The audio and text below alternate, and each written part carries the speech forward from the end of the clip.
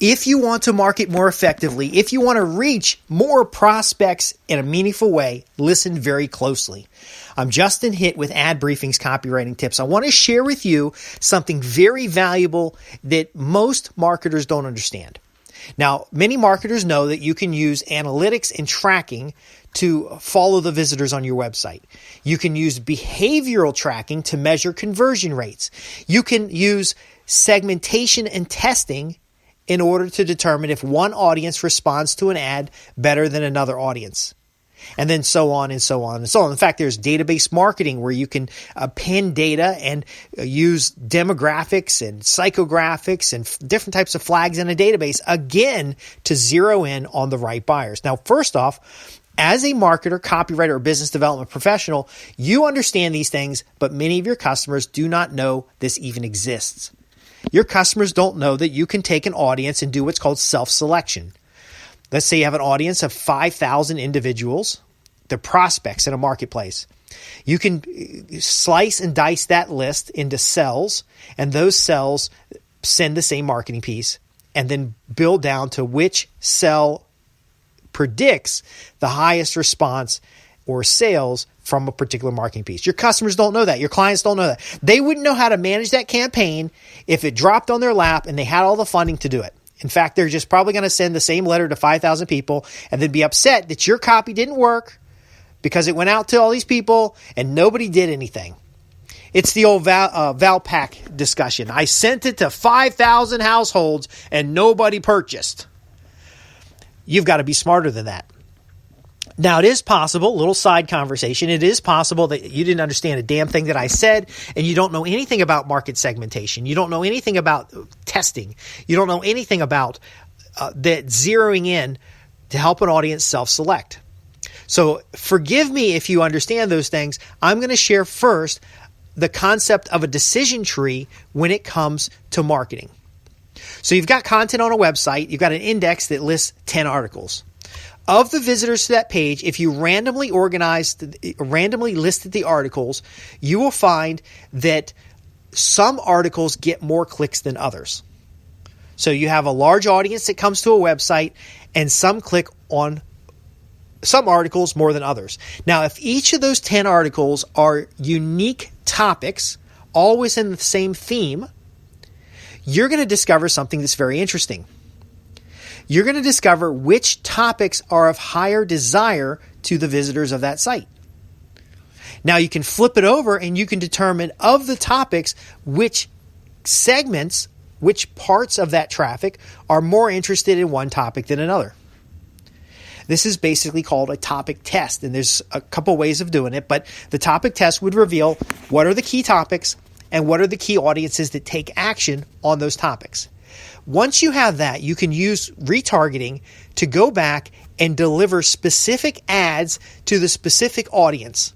So if people clicked on, in the case of Ad Briefing's Copywriting Tips, if they clicked on how to write copy that sells, and it tended to be younger copywriters, so age demographic, it tended to be copywriters who are freelancers, then I would put an ad in front of younger freelancers to learn how to write copy that sells. I'd offer them word power.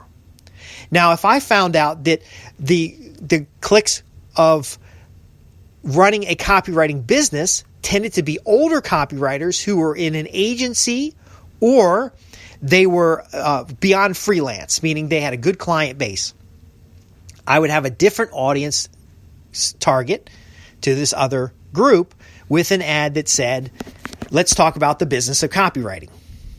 Do you see where I'm coming from here? You can take that large audience and divide it up by their behavior to a 3 to 5 option select. Now, on a website, it's really easy because you can actually post new content every week. And of that content, if it's properly developed and properly structured, I'm writing a whole report on this right now, so it's top of mind.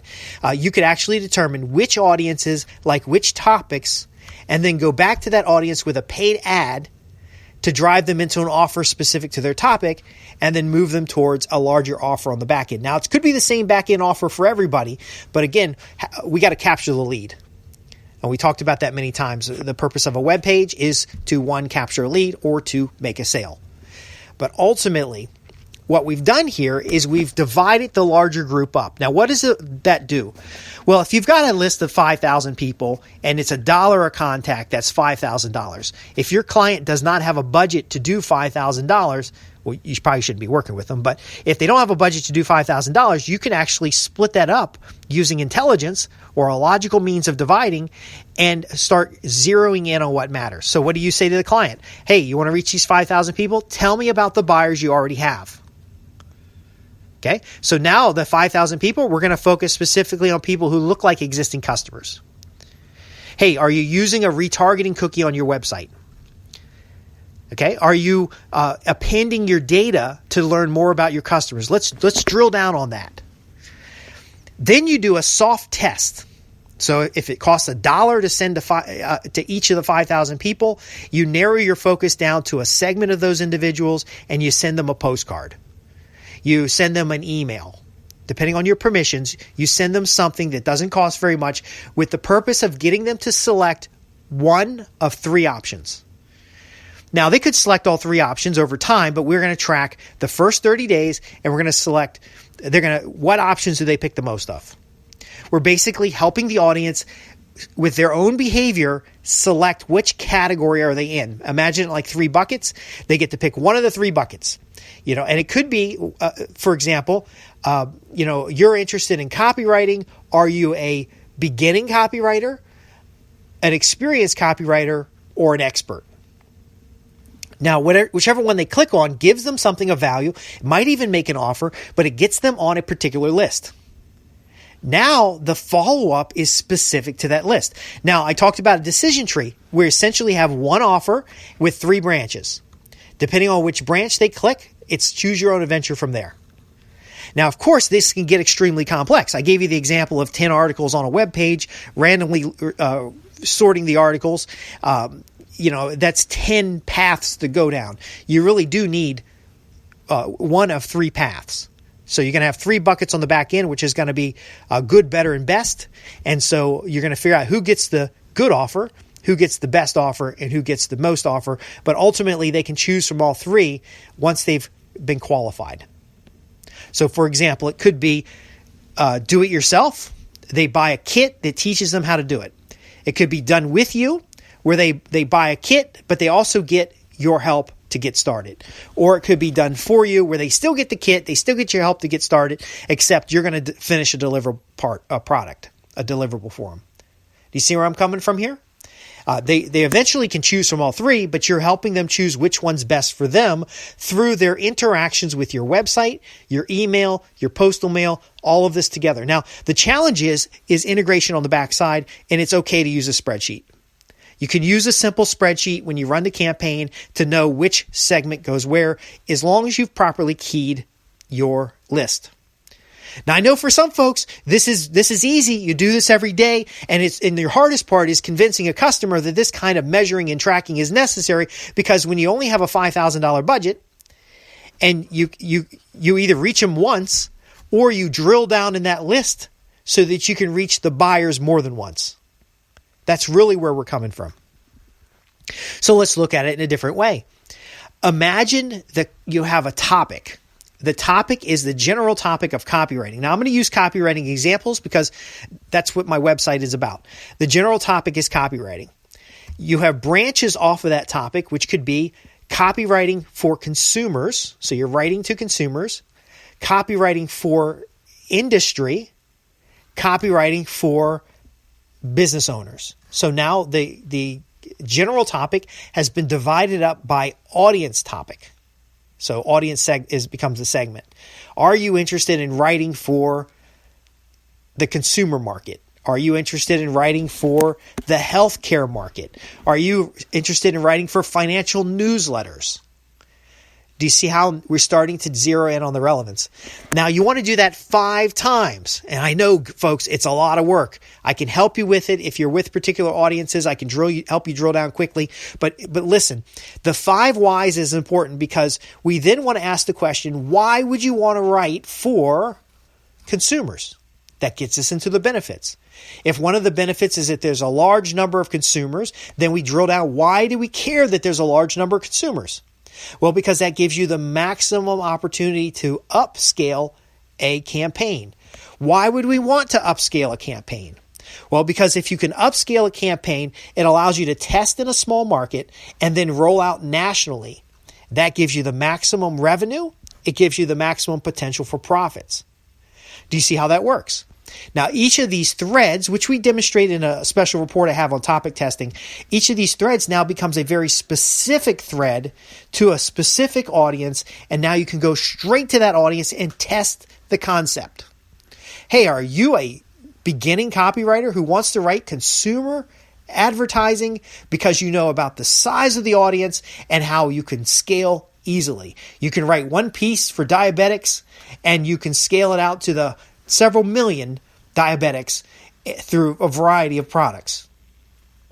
You really want to talk about that thread, and the 5 whys helps you do that. Now, this is an exercise we do on paper. We do it with index cards. It's very easy. You don't need a mind map. You don't need special software. You don't need to sit in front of your computer where you can get distracted by another newsletter or another podcast or another Bing. We literally can whiteboard this and get it done in an hour or two, and you'll have a clear picture where you can off the cuff describe.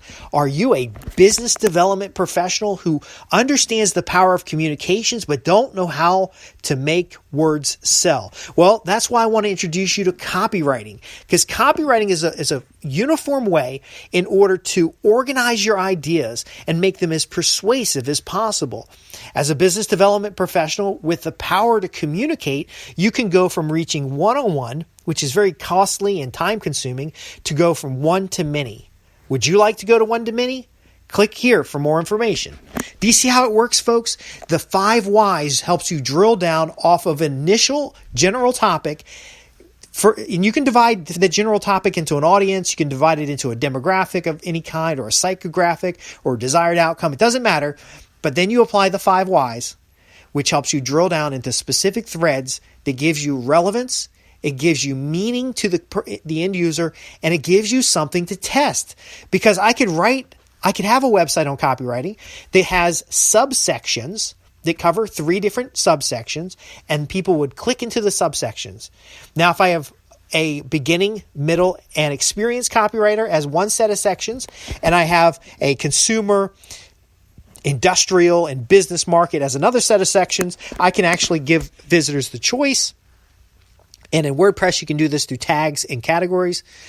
You can actually give the visitor the choice, and then you can use the stats for each of those segment areas. In fact, if you're super sophisticated and you've got a lot of traffic, you can actually retarget by category, and then you can go with specific ads to the specific people, and boom, you're scalable, you're measurable, you provide tremendous value to your client, and you go from just writing words on paper to being a strategic intelligence of that organization. Now, you're going to learn more about that customer. So if you specialize in a particular customer niche, it's just going to blow your mind about how much you learn.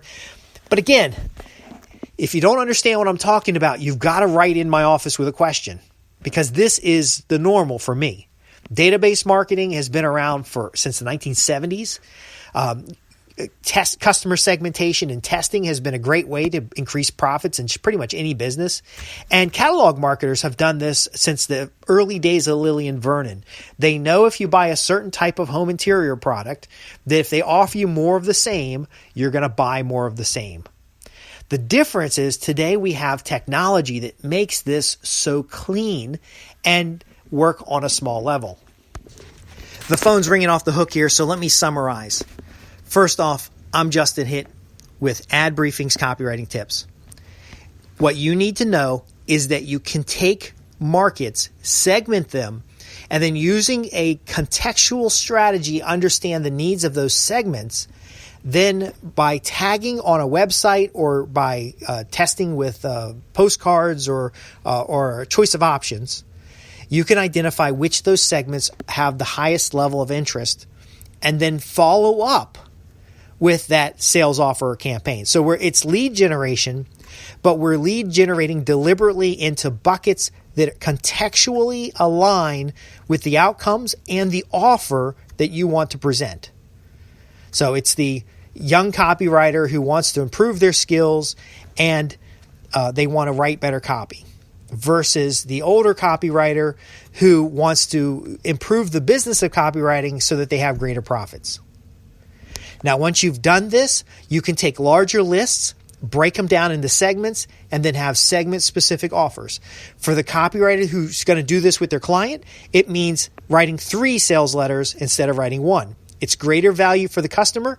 You have a higher probability of conversion, and it's also leads to the value where you would deliver campaign management, because this really does mean link tracking on 50 or 60 links. It's ridiculous at times. Did you know that every channel I have a podcast on, it has its own unique tracking link? Now, it doesn't always, because I try to get them published first, but I go back and have somebody give a unique tracking link for every channel so that I know if it was YouTube or BitChute or Parler or whatever the platform is that led to the visit, and then they go out and expand the syndication. But my point being is there is a value add that you can deliver to a client, which is managing these campaigns. So not only do they get more value for their dollar, they also get a higher conversion rate and more specific offers, which lets them do the good, better, and best. And so they can start moving towards premium pricing. Now, again, if you have any questions about this, you can visit me at www.adbriefings.co.uk. It's not as complex as it sounds, but it is essentially a decision tree that helps get people in the right place so that they can get the solutions that they need. I'm here to help copywriters, marketers, and business development professionals go out into markets, generate sales, produce results, and create outcomes with words that sell. Thanks for listening.